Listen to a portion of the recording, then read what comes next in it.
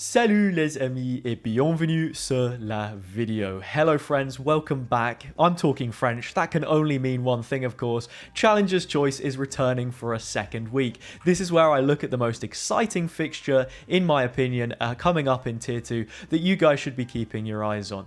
This time, of course, we're going to be looking at a game from Challengers France Revolution. France being a very strong league within itself, similarly to last week and when we looked at Turkey, they housed a roster in the precursor to our current format of Challengers that competed in the grand finals of VRL 2022. In terms of viewing statistics, it peaked at 44,000 concurrent viewers in Split 1, and moving into Split 2 reached the heights of 171,000, and one team played in both of those games. They have a reverse fixture now of the most popular game in Split 2 so far. I am of course speaking about Joblife versus Gentlemates. To bring in some additional knowledge for the French League, I consulted a familiar face and a strong mind that has already bested both of these teams, the head coach of Wild, Pal. I think I've left it long enough, so now it is finally time to have enlisted the help of Pal. He's been cutting around for a while, you've seen him on the channel perhaps, but this is the full debut. No one better to have in to give their analysis on Challengers France. Pal, how are you doing? I'm doing good. I finally get to make my debut, as you say. It's a big moment in my career for me to finally make it onto the HazzaJC content fully, rather than just hearing my voice like that. The voices behind the scoreboard. I did make a little bit of a debut on the leaderboard as our replacement when you and Kyra were away having too much fun. But no, I've been in and amongst that, turning my hand to slightly more serious work with obviously Wild and the French League at the moment. Wild, of course, competing in Challengers France. How does it as a region compare to some of the other leagues that we see in EMEA? Getting straight in on that hard-hitting analysis now. Hard-hitting analysis, yeah. I'd say the French League is probably top 4.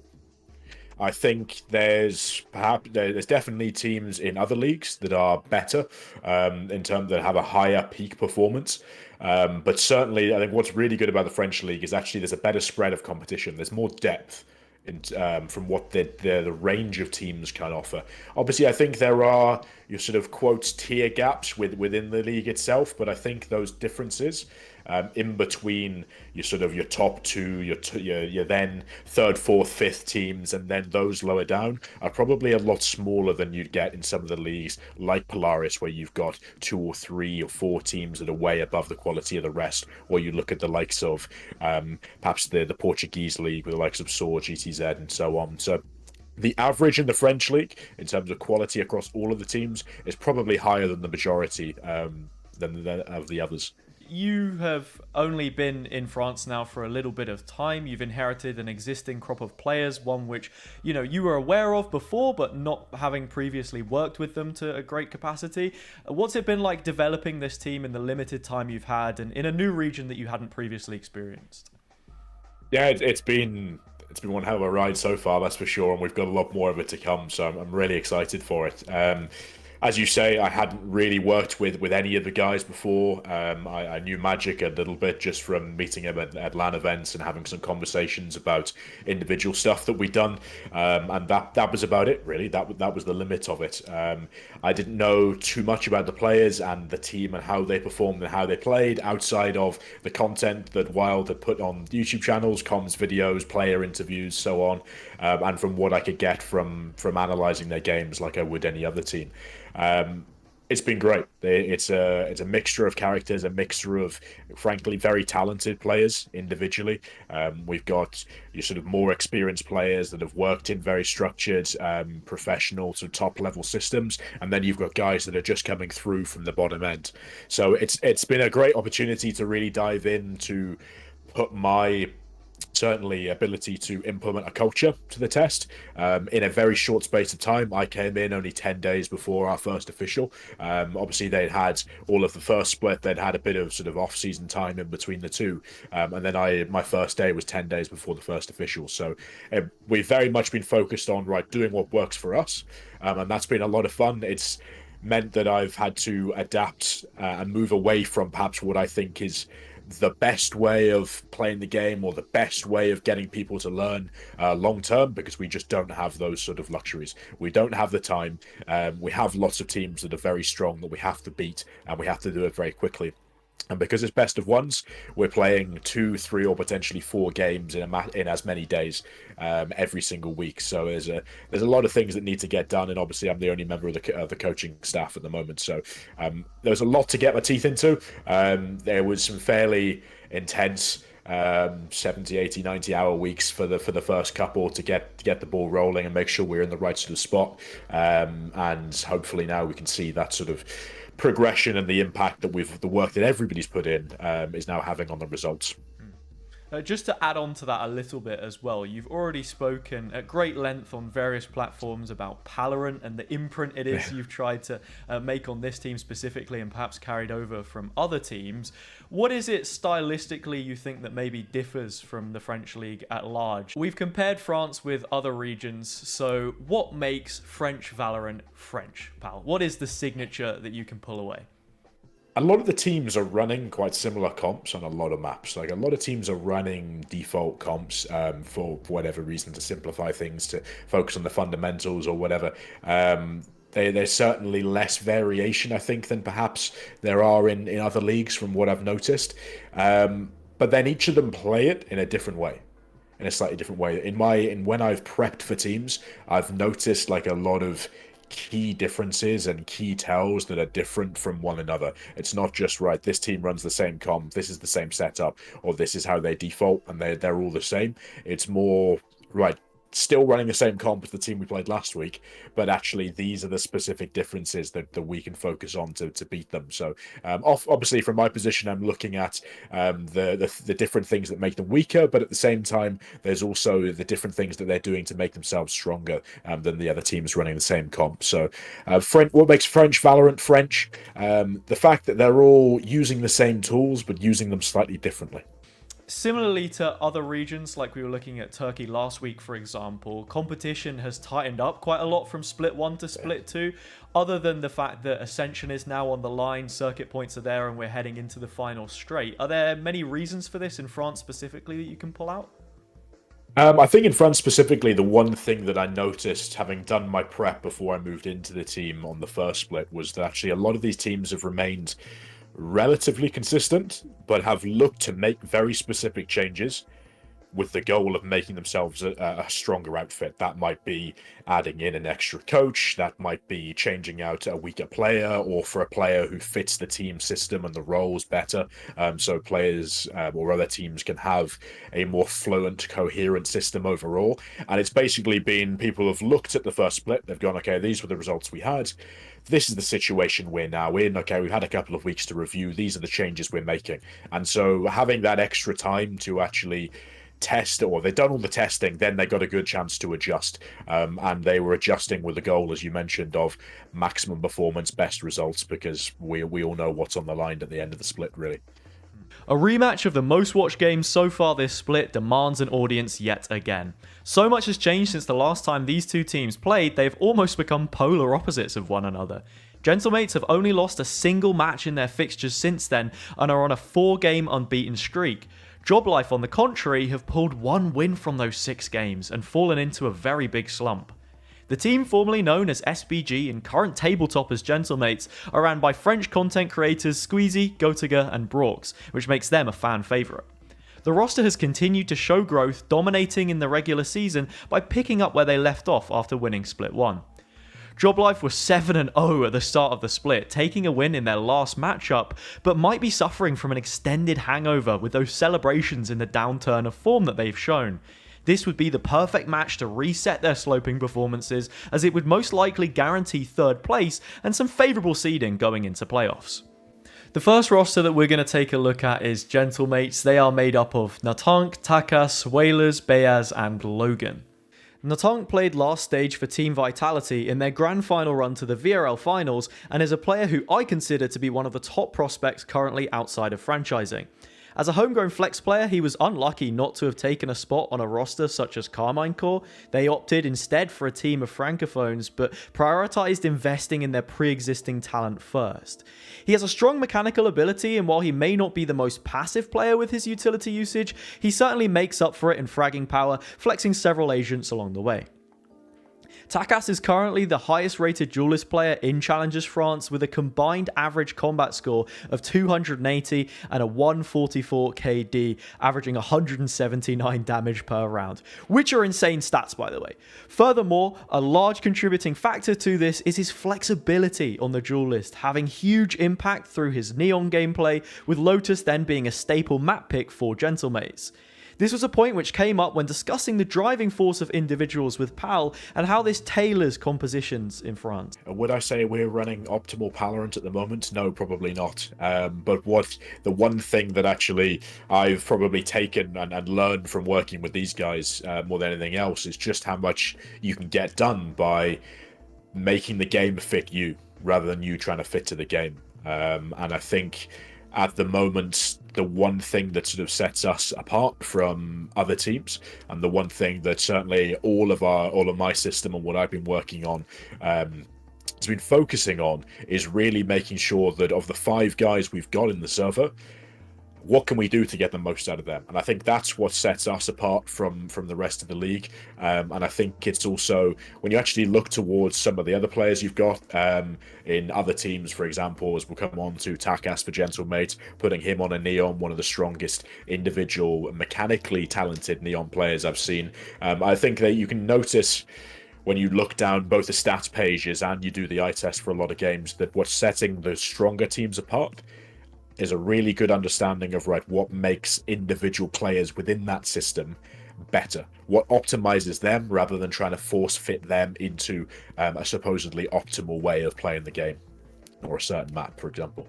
weyAz is a former Call of Duty professional who speaks French alongside English, having lived in both countries for several years. He's been a staple player on the roster so far as their controller. beyAz is the IGL and has demonstrated the depth that this team has, playing every single initiator in the game across the 5 maps that they have shown so far. logan is the final player on the roster, having played in the Tier 2 French scene from its inception, with quarterfinalists for Stage 2 BDS. Gentlemates placed their feet atop the hierarchy with a record of 10-3, putting them in first. And their opponents for this match, the Joblife roster, are comprised of beyAz, rodeN, soon, markTelino, and Nate.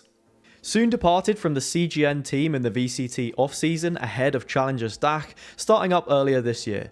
He had been playing alongside his brother Onibi in a mixed French and German roster, but ultimately made the switch to what is a more accommodating fit.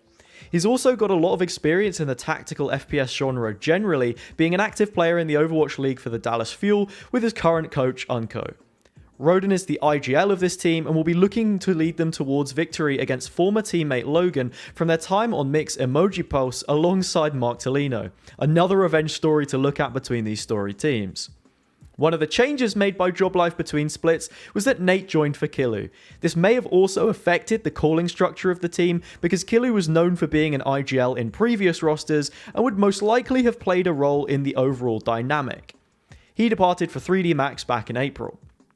markTelino is a very supportive initiator player and has been merited heavily for his Sova gameplay, something to look out for in how the team is set up and collects information.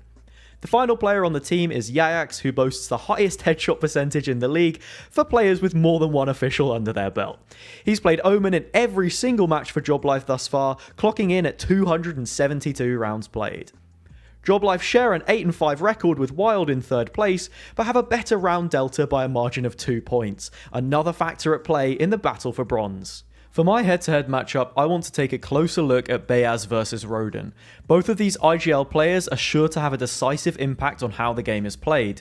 With the veto expected to lean into more fundamental heavy maps, the macro calling of this game will play huge dividends.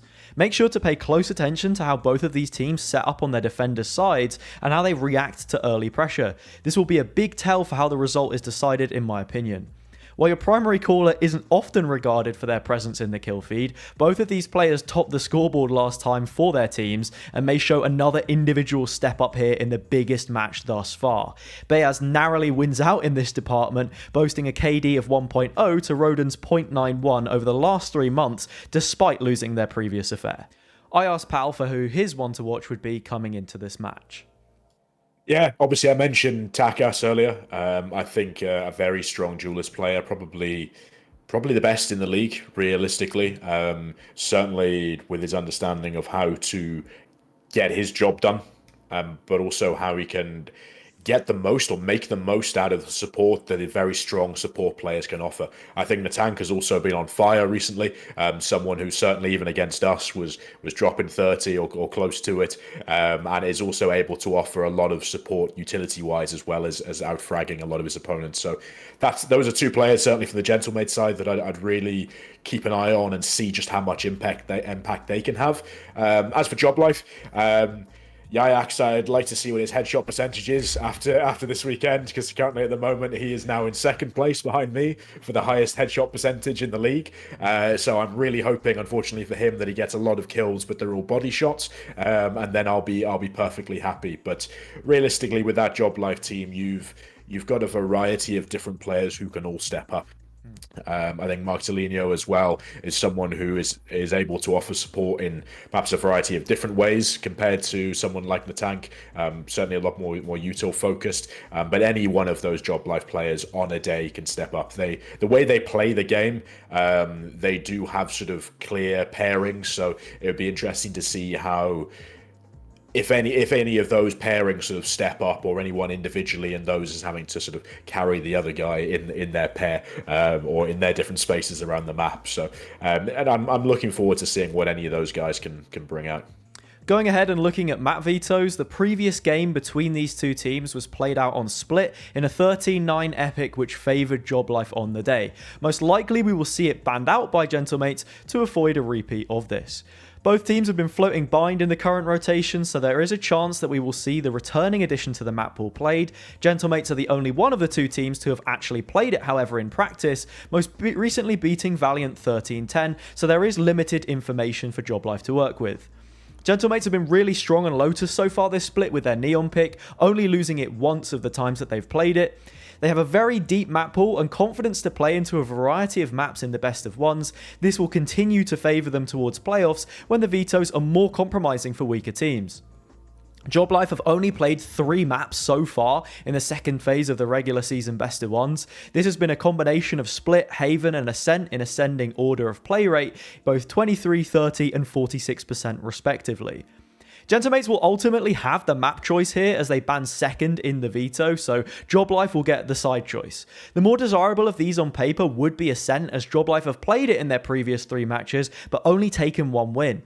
Joblife play their defense here incredibly reserved and like to invite pressure towards a deeper site hold. This lets them win out in the war of attrition of utility usage. However, it can also lead for teams to exploit this read and tailor their executes more effectively, maybe reasoning for their sudden drop-off in results.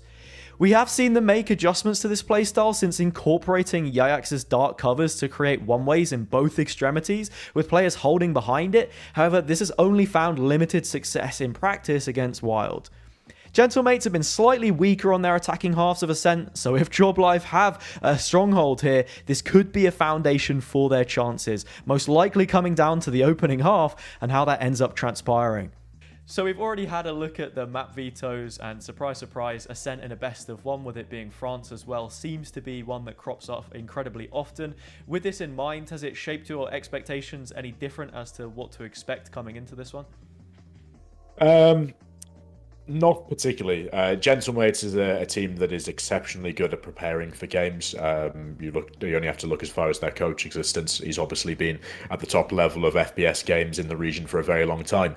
They have a smart enough group of people to be able to prepare, and I think that's going to be the biggest difference. Whether it's Ascent or perhaps Bind, you've got these 2 different options. Gentlemates will be the ones with the final choice between 2 maps as to which one they want to play, and I think they'll go for Ascent. I think they'll have plenty of information on Joblife, have a very, very deep understanding of how they like to play the game, certainly on their defense side. and they'll be able to punish that quite easily.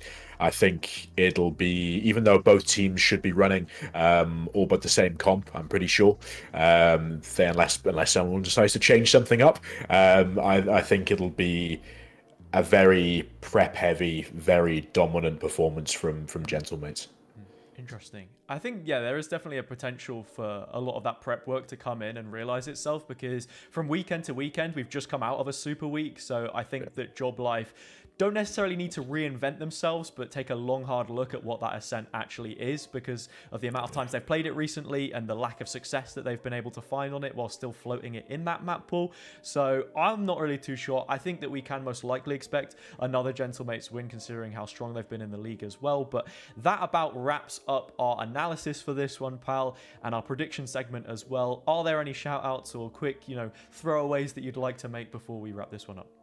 Throwaways I'd like to make. Perhaps not so much of a throwaway, but I'm really looking forward to some of the other games going on this weekend.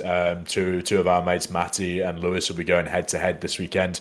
It's a big weekend for my boys as well. We've got 4 massive games that are really going to change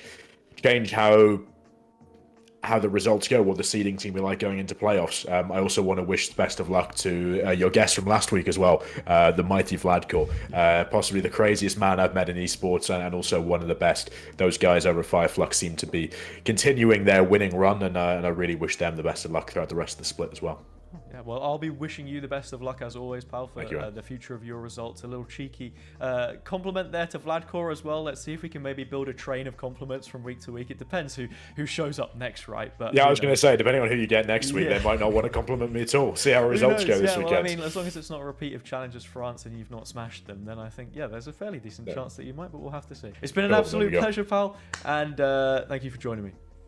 With all the pre-game analysis and predictions now wrapped up, this brings us to the end of the video. I want to thank you all personally for supporting another week of Challengers Choice. I've really enjoyed doing this series to dip my toes in a few different regions, heading into Ascension in the next couple of months.